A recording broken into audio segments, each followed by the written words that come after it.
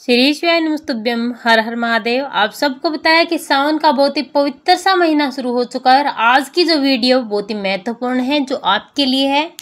पूज्य गुरु जी की जो कथा चल रही थी, गुरु शिव महापुराण की कथा, उस कथा में पूज्य गुरु जी ने बताया था कि आपको सावन के महीने में किस प्रकार से जल समर्पित करना है, कब आपको जल समर्पित नहीं करना है, भस्म आपको कैसे तैयार करनी है और कौन कौन से उपाय आपको भस्म से करने हैं, बेलपत्री से कौन से उपाय करने हैं, समीपत्र से आपको कौन से और कैसे उपाय करने हैं। आज की वीडियो में हम बात करने वाले हैं कि भस्म आपको कैसे चढ़ानी है, भस्म कैसे लगानी है, बेलपत्र आपको कब चढ़ाना है, बेलपत्र आपको कब नहीं तोड़ना है, समीपत्र आपको कब चढ़ाना है और समीपत्र आपको कब नहीं तोड़ना है, जल आपको कब और कैसे चढ़ाना है, कौन सी ऐसी वो 5 गलतियां हैं जो आपको भूल कर भी इस सावन के महीने में नहीं करनी है, जो हर बार लोग गलतियां करते हैं, हर रोज जो गलती आपको इस बार नहीं करनी है। ऐसी कौन सी 5 सावधानियां हैं जो आपको इस सावन के महीने में जरूर रखनी है। चलिए बात करते हैं पूज्य गुरुदेव जी की कथा से, सुन करके समझ करके आपको अच्छे से समझाने का पूरा प्रयास करूंगा। परंतु उससे पहले अगर आप भी महादेव के सच्चे भक्त और महादेव की कृपा प्राप्त करना चाहते हैं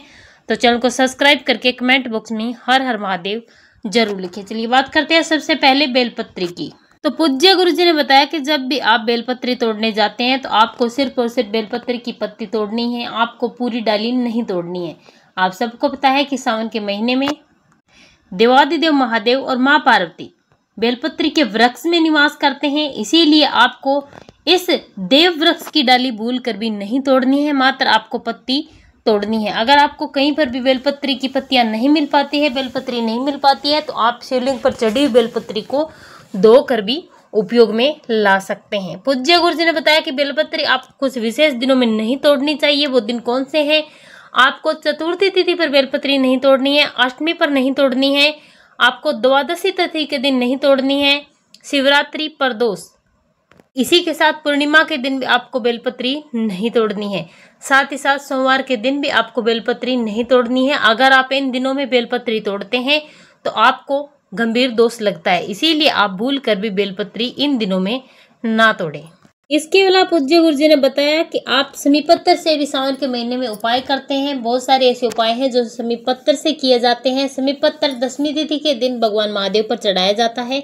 शनिवार के दिन भी समीपत्र के उपाय किए जाते हैं। पूज्य गुरु जी ने बताया कि शनिवार के दिन आपको समी के पत्थर नहीं तोड़ने हैं, रविवार के दिन नहीं तोड़ने हैं, सोमवार के दिन नहीं तोड़ने हैं और इसके अलावा अमावस्या के दिन आपको भूल कर भी समी के पत्ते नहीं तोड़ने हैं। और इसी के साथ पूज्य गुरु जी ने बताया कि सावन के महीने में आपको 5 गलतियां भूल कर भी नहीं करनी है। 5 बातों का आपको विशेष ध्यान रखना है। सबसे पहला, अगर आप मंदिर जा रहे हैं तो आपको नंगे पांव मंदिर जाना है। हो सके तो आप नंगे पांव मंदिर जाने की कोशिश करें। पूज्य गुरु जी ने बताया कि जब आप मंदिर में जाते हैं तो तांबे के पात्र में आपको जल भर करके लेकर जाना है और महादेव की शिवलिंग पर आपको जल समर्पित करना है। अपने घर से, अपने मटके से जल अगर आप लेकर जाते हैं तो पितर दोष समाप्त हो जाते हैं। इसीलिए आप जब जल समर्पित करते हैं तो सावन में आप या फिर कभी भी जल समर्पित करेंगे तब आपको जल अपने ही लोटे में होना चाहिए। अपने घर का तांबे का कलश होना चाहिए, उसी में आपको अपने घर से जल भरना चाहिए। थोड़ा सा गंगा जल डाल करके आपको कुछ हो या ना हो लेकिन 1 लोटा जल ही लेकर चले जाए, लेकिन जितना हो सके सामान आपका खुद का होना चाहिए। इसी के साथ पूज्य गुरु जी ने बताया कि अगर आप दूध समर्पित करते हैं तो या तो आप अलग से दूध लेकर जाएं या फिर आप दूध जब लेकर जाते हैं तो आपको तांबे के पात्र में जो जल भरा है उसमें आपको दूध भूल कर भी नहीं डालना है। इससे आपकी संतान का क्षय होता है। इसीलिए जब आप शिवलिंग पर दूध समर्पित करते हैं या तो अलग लेकर जाएं या फिर आपको स्टील के पात्र में जल भर करके उसी में दूध डाल करके आपको लेकर जाना है। इसी के साथ पूज्य गुरु जी ने बताया कि आपको भूल कर भी शिवलिंग पर हल्दी समर्पित नहीं करनी है और इसी के साथ आपको कुमकुम भी शिवलिंग पर समर्पित इस सावन के महीने में नहीं करना है। पूज्य गुरु जी हल्दी का एक उपाय बताते हैं जो विवाह शादी के लिए करना होता है, लेकिन उसे समर्पित करने का तरीका अलग है। इसीलिए आप इस बात का विशेष ध्यान रखें। इस सावन के महीने में आपको कुमकुम और हल्दी महादेव की शिवलिंग पर समर्पित नहीं करना है। इसी के साथ आपको केतकी का फूल भी महादेव की शिवलिंग पर समर्पित नहीं करना है। और इसी के साथ पूज्य गुरु जी ने बताया कि आपको शिव मंदिर में हर रोज 1 दीपक लगाना है, लेकिन ध्यान रखना जब शिव जी के मंदिर में आप दीपक लगाने वाले हैं तो दीपक गोल बाती का होना चाहिए और जब आप दीपक लगाते हैं जिसमें आपने अपने घर से बाती लगाई है, घी डाला है, लेकिन अगर आपने माचिस किसी और की ले ली तो उस दीपक को लगाने का सारा फल जिसकी माचिस होगी उसको चला जाएगा। इसीलिए आप दीपक के साथ अपनी माचिस लेकर जरूर जाएं। इसी के साथ पूज्य गुरु जी ने बताया कि अगर आपको महादेव की पूजा करनी नहीं आती तो आपको भगवान शिव के मंदिर में बैठकर किसी अन्य सदस्य से पूछना नहीं है कि आपको ये जल समर्पित कैसे करना है, कैसे बेलपत्री समर्पित करनी है। इस बात का आपको विशेष ध्यान रखना है। इसी के साथ पूज्य गुरु जी ने बताया कि आपको हर रोज महादेव की शिवलिंग पर 108 चीजें समर्पित करनी है। 108 चावल के दाने आप समर्पित कर सकते हैं। इसी के साथ आप चाहें तो अगर चावल के दाने नहीं है तो आप मूंग के दाने भी 108 समर्पित कर सकते हैं। जो भी आप अनाज समर्पित करते हैं उसकी संख्या 108 होनी चाहिए और एक ही प्रकार का अनाज होना चाहिए। ये नहीं है कि आपने चावल भी ले लिए, मूंग भी ले लिए, इसी प्रकार से सारे अनाज लेकर के आपने संख्या 108 बना ली। ऐसा नहीं करना है। जो भी अनाज लेंगे उस एक अनाज की संख्या 108 की मात्रा में होनी चाहिए, जिसे आपको महादेव की शिवलिंग पर पूरे 1 महीने तक समर्पित करना है।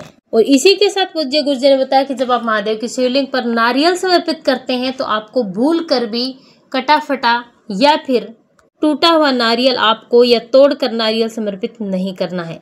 महादेव की शिवलिंग पर हो सके तो जटा वाला नारियल ही समर्पित करें, और अगर आपको मिल जाता है तो आपको पानी वाला नारियल महादेव की शिवलिंग पर समर्पित करना है। लेकिन ध्यान रखना, नारियल तोड़कर आपको महादेव की शिवलिंग पर समर्पित नहीं करना है। ये थी वो महत्वपूर्ण बातें जो आपको ध्यान में रखनी है, और ये गलतियां आपको भूलकर भी नहीं करनी है। लेकिन ध्यान रखना, जो लोग सावन के सोमवार करते हैं या फिर पूरे सावन व्रत करते हैं उन लोगों को लहसुन और प्याज का सेवन 1 महीने भर में नहीं करना है। इस बात का आपको विशेष ध्यान रखना है। बात कर लेते हैं कि आपको भस्म कैसे तैयार करनी है। भस्म गाय के कंडे से भी बनाई जाती है और बेल का जो पीला फल होता है उससे भी बनाई जाती है। आपको एक बेल का पीला फल लाना है, उसके अंदर से गुद्दा निकालना है। निकाल करके आपको उस गुद्दे को सुखा लेना है। सुखाने के बाद उसी गुद्दे को आपको कपूर डाल करके अच्छे से जला लेना है। जलाने के बाद सफ़ेद कपड़े पर आपको इसे अच्छे से छान लेना है। कपड़े से छानना है, अन्य किसी चीज़ से नहीं छानना है। कपड़ा नया होना चाहिए, साफ सुथरा कपड़ा होना चाहिए। इसके बाद आपको कांच की कटोरी में या फिर कांच की शीशी में इसे भर लेना है। और जब आप हर रोज़ महादेव की पूजा करने के लिए महादेव के मंदिर में शिवलिंग के पास जाते हैं तब आपको हर रोज़ महादेव की शिवलिंग पर इस भस्म को समर्पित करना है। देखिए, महादेव भस्मधारी है, इसीलिए महादेव को भस्म बहुत ही प्रिय है। इसीलिए आपको ये भस्म महादेव की शिवलिंग पर जरूर समर्पित करनी चाहिए। इससे महादेव प्रसन्न हो जाते हैं और आपकी सारी मनोकामनाएं पूरी जरूर होती है।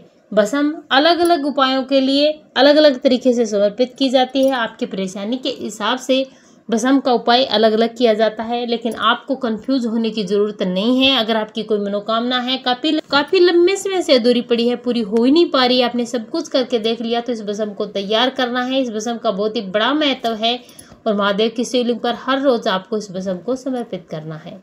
इसके बाद बात आती है कि आपको ऐसा कौन सा उपाय करना चाहिए जिससे आपके घर में धन और संपदा की वृद्धि हो। वो उपाय जिसे करने से आपके घर में धन की वृद्धि होगी, मां अष्टलक्ष्मी का स्थायी निवास होगा और व्यापार और कारोबार में वृद्धि होगी। इसके लिए आपको गन्ने का रस लेना है। ध्यान रखना, गन्ने के रस में आपको और कुछ भी चीज नहीं मिलानी है। और काले रंग की शिवलिंग, आपके घर के आसपास मंदिर में काले रंग की शिवलिंग है, वहां पर आपको जाना है और हर रोज आपको इस जल से हर रोज आपको गन्ने के इस रस से महादेव की शिवलिंग का अभिषेक करना है। मात्र इतना करने से पूज्य गुरु जी ने बताया कि आपको पहाड़ जैसे कर्ज से भी मुक्ति मिल जाएगी। आपकी हर मनोकामना पूरी जरूर होगी। श्री शिवाय नमस्तुभ्यं। हर हर महादेव।